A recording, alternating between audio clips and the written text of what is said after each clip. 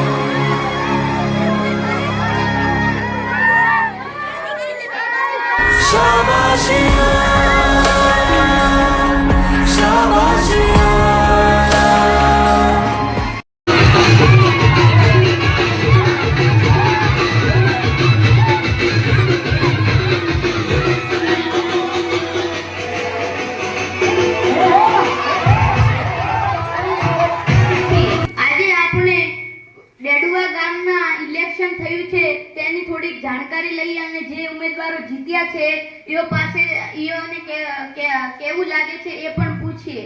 સૌથી પહેલા આપણે જે જીએસ બન્યા છે તેઓને પૂછીએ, તમને જીએસ બનીને કેવું લાગે છે? અમને સારું લાગે છે.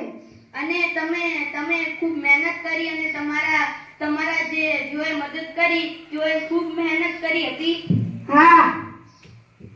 હવે આપણે આપણી બહેનોમાંથી પૂછીએ જેઓના એક બર્થડે છે, જેઓનું નામ નિર્તલબેન છે. તમને જીતીને કેવું લાગે છે? અમને જીતીને ખૂબ જ સારું લાગ્યું છે. અને તમારી મહેનતમાં કોનો હાથ છે? અમારી મહેનતમાં અમારે રાખેલા ટેકાદારોનો હાથ છે. હવે આપણે સૌથી ખુશ ઉમેદવારને પ્રશ્ન પૂછીશું. તમને આ જીતેલા માહોલથી તમને કેવો આનંદ થાય છે? મને બહુ સારું આનંદ થાય છે.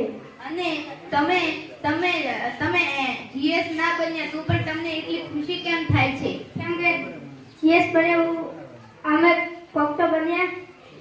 હા. અને હવે જે બીજા નંબરે સૌથી વધારે વોટ આવ્યા છે તેઓને પૂછે, જેઓનું નામ દશરથ